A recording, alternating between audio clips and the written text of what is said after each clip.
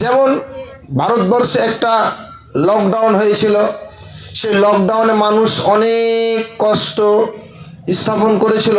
তাহলে কি কারণে? একটা ভাইরাস, তার নাম ছিল করোনা, ঠিক না?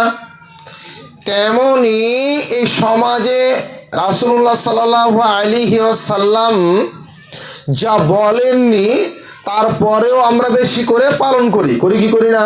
এরকম আছে কি না? নাই। তাহলে এরই নাম হচ্ছে ভাইরাস। কি বললাম বুঝতে পারলেন না? তাহলে এই ভাইরাসটা কি? এই ভাইরাসটা আমাদের কি করবে? আপনি ধরুন এখানে একটা বিয়ে বাড়ির ভোজ চলছে, সব লোকজন আপনি নিমন্ত্রণ করে দিয়েছেন, মাংস রান্না হয়ে গেছে।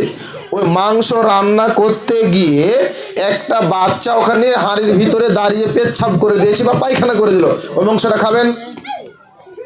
আপনি মাথায় টেনশন উঠবে না? ব্রেক ফেল হয়ে যাবে? আমার আত্মীয় চলে এসে, কুটুম চলে এসে, তারপরেও এরকম ব্যাপার হয়ে গেল, তো আপনার মাথা গরম হবে না? হবে না? অটোমেটিক হবে।